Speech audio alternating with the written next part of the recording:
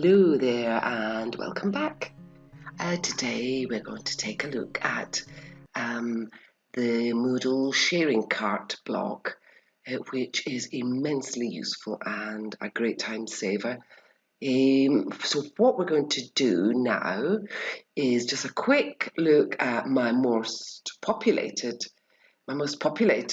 section so far.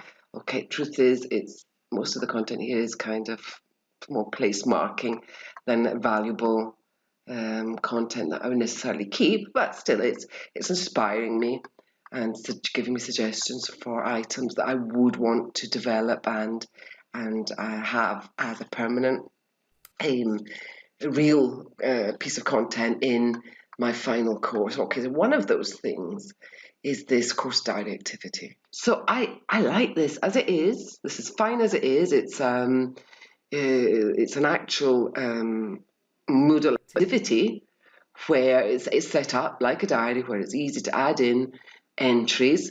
And I've set up with this little title and this little image, and this is the description of it. And I want that, what we're seeing in front of us, exactly as it is in all the sections of my course. No changes whatsoever. The other thing I want to carry across to all the other sections of my course is the support forum. The title, the description, the little image I'm using as an icon, they're fine. I want them as they are. So how do I do that without skipping back and forward between sections to check that I'm writing the things in exactly the same way, I've spaced them out in exactly the same way, that the image is exactly the same size? I don't have to do that. This is the good news. I'm going to go right up to the top again. Editing is on. As you can see, it's the turn editing off option. That means editing is on. Add a block. And I'm in my Moodle block overview where I get all the choices. I'm going to go down to sharing cart. Click. It's refreshing. And if I go to my right hand bar, I find the sharing cart block has been added. And what do I do? What do I do to use it? Well, if we now look at the main panel in the center, if we have a look, we see that this sharing cart block being added here is not the only change that's taken place. We're now seeing a shopping cart right next to every single activity and resource that we have put into our course.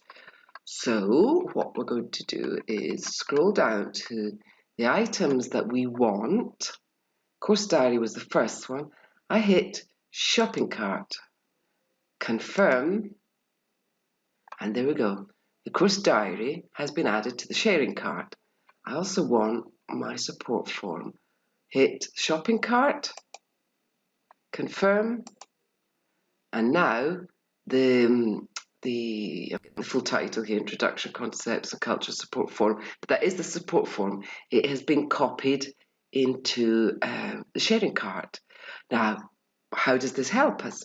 This sidebar, the block sidebar, is visible in all the sections and all the pages of our course, including the sharing cart. So if I scroll up and I go to pronunciation, it's my next section, my sidebar is present, all my blocks are present, including the sharing cart. So in my pronunciation section, which is really underdeveloped, it's hardly populated at all, I don't have the diary and I don't have the support form. So I'm going to add them in super quickly, and all I do is go to the sharing cart, hit the copying icon, copy to course, and hit this arrow which has appeared. And again, it will refresh. It will take more time, and the heavier, the more items, the more sophisticated the things that you are sharing are, then the longer it will take. But there it is, course diary, exactly as it had been set up in the previous section. Now, we're not finished. We want also The forum, that is our forum and our introduction. I might have to change the title of it. That's the only thing we have to do here. Copy to course, and there it is. Click. It takes a wee second to refresh. And there's my support forum.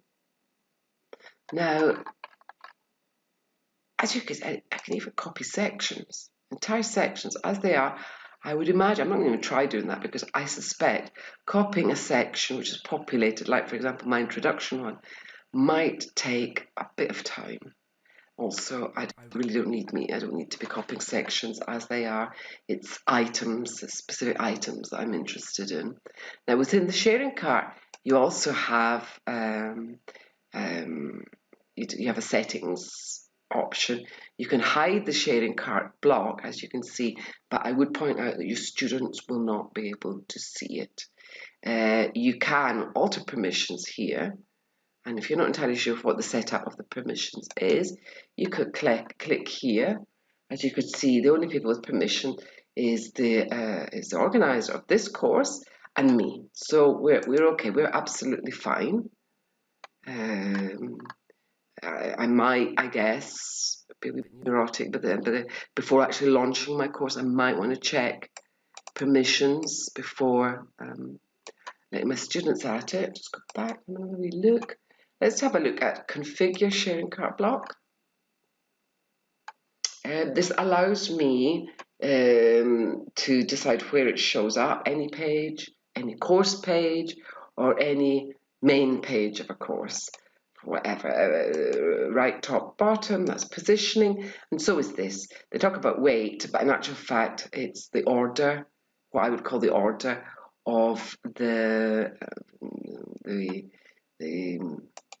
sidebar items. So this sharing cart is the 7th item. This would be the 6th. This would be the 5th, and so on. So I could, if I changed the weighting, I could move it further up if I wanted. And that's pretty much it. Just a word to the wise, really a couple of warnings. H5P and Turnitin items are not particularly safe to share with the sharing cart because they're highly interactive. There's a risk of incompatibility and things can get broken. Not a great idea. You also have to be careful with tests in general, anything that contains student data, because it would copy across. I think you might have, unfortunately I don't have students enrolled to show you how that would work, but you want to double check about what happens to your student data. It might get accidentally shared across different sections, which you might not want, or shared by your fellow teachers. So anyway, but it is wonderful and a real time saver. So good luck and carry on moodling.